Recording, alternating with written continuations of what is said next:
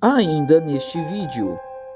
Eu não consigo associar ciência e cristianismo. Para mim, cristianismo é algo que se tornou durante o tempo algo muito enfraquecido de acordo com a postura de variadas plataformas que a igreja veio se transformando no decorrer dos anos. A ciência é exata. Então, consequentemente, quando você fala em Harvard, eu acho sensacional, mas quem me garante que o diretor seja cristão, ele queira impor essa natureza cristã dentro de uma faculdade? O que eu não acho muito interessante é quando você vai num tribunal e tem Jesus crucificado. Tem pessoas neutras ali. Eu, particularmente, tenho outras questões de religião, como o budismo. Aquilo, para mim, é muito fora do que eu penso em relação à neutralidade de um local assim que você está julgando com pessoas inteligentes, tem um advogado, tem um réu, tem um advogado de defesa, tem de acusação, etc. Então, assim, existe uma tendência, na verdade, existe uma atitude tendenciosa em relação à sociedade para nos impor o cristianismo. O cristianismo não é responsável pelo avanço da humanidade? O nome Cristiano. Agora, alguma coisa está errada porque o nome do irmão é Cristiano.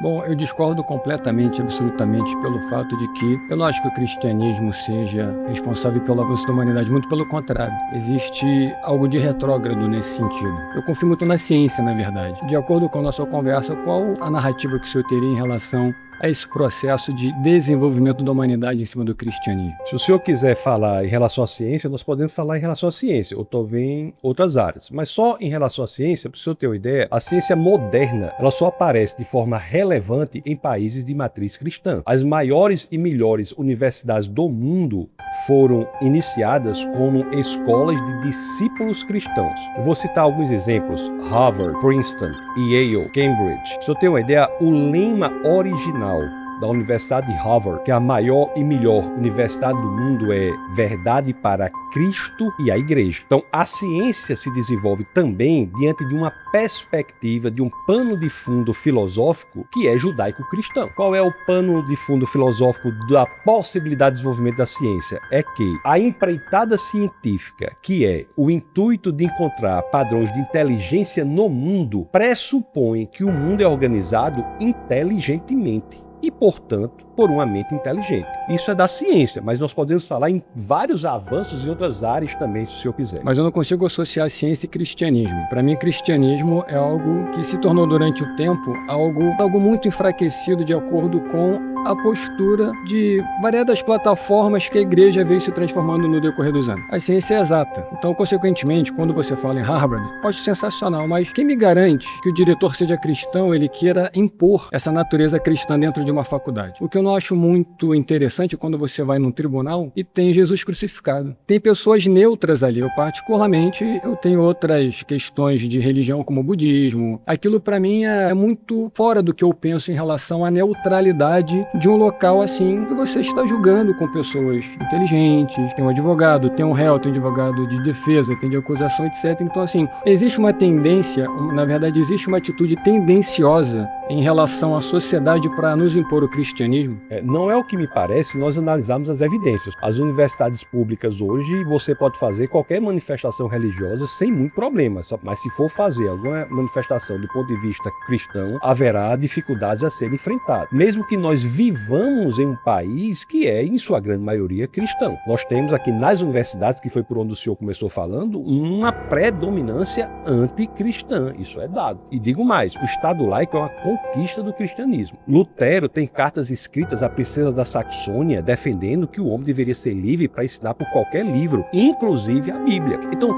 o infanticídio, enaltecimento do tratamento da mulher, se você quiser, Jesus Cristo, quando trata com a mulher samaritana, enaltece a condição da mulher. Interessante quando o senhor fala em mulher, por exemplo, faz parte realmente do desenvolvimento da humanidade, porque a igreja, ela força o não uso da camisinha, que é algo absurdamente necessário. Se tiver um estupro, por exemplo, a criança nascer, a igreja força com que a família fique com aquela criança, mesmo que seja indesejada. Desenvolvimento tem na sociedade em relação a isso. Eu acho que é um retrógrado completo. Não há nada nas escrituras que nos digam que nós devemos forçar uma família a ficar com a criança. O que nós devemos defender enquanto cristãos é que nós não devemos matar um bebê intrauterino, ainda mais quando ele não tem a menor condição de defesa. Essa é a grande questão. Ter o filho e dar para adoção não é crime no Brasil. Agora, eu discordo respeitosamente do senhor dizer que a igreja força. A igreja não força ninguém. A igreja orienta, porque o valor do ser humano é intrínseco. Isso graças ao que as escrituras dizem em Gênesis capítulo 1, verso 27. Inclusive, todos os sistemas de direito natural do mundo têm como base a ideia de que o homem é feito à imagem e semelhança de Deus. Essa ideia provém da ideia judaico-cristã, Gênesis 1, 27, que o homem foi feito à imagem e semelhança do Senhor e, portanto, tem valor intrínseco, ele tem dignidade. Matar uma criança intrauterina é tratá-la como coisa, é extrair dela a dignidade que é inerente a ela, é fazer dela algo descartável. Mas é um fruto indesejado, correto? Indesejado, mas o valor da situação recorrente. O valor da vida de uma pessoa não pode estar no desejo do outro.